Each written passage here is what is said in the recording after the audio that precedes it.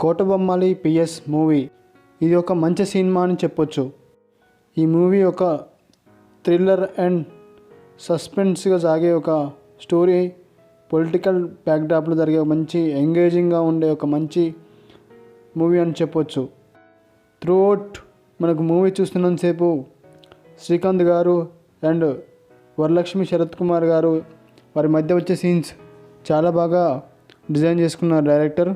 వాళ్ళిద్దరి మధ్య వచ్చే సీన్స్ చాలా ఎంగేజింగ్గా ఉంటాయి. మనకు మూవీని చాలా ఇంట్రెస్ట్గా క్రియేట్ చేస్తాయి చూసే కొద్దీ. ఈ మూవీ డైరెక్టర్ తేజ మన్ని ఈ మూవీని చాలా బాగా తీశారు.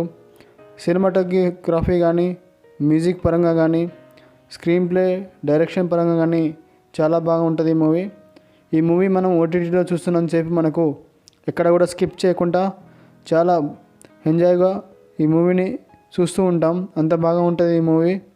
మెయిన్గా ఈ మూవీ మనకు సస్పెన్స్, మంచి థ్రిల్లింగ్గా అని చెప్పొచ్చు. మనం ఎక్కడ కూడా స్కిప్ చేయకుండా చూస్తాం మూవీ. మెయిన్గా చెప్పాలంటే శ్రీకాంత్ గారు ఈ మూవీలో చాలా బాగా యాక్ట్ చేశారు.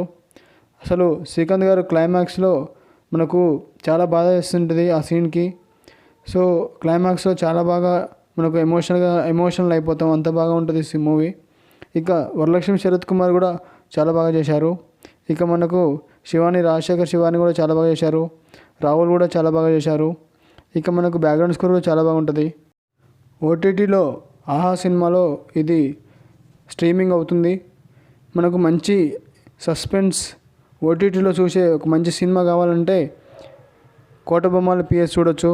So thanks for the watching. ఈ వీడియో మీకు నచ్చినట్లయితే లైక్ చేయండి, సబ్స్క్రైబ్ చేసుకోండి. Thank you.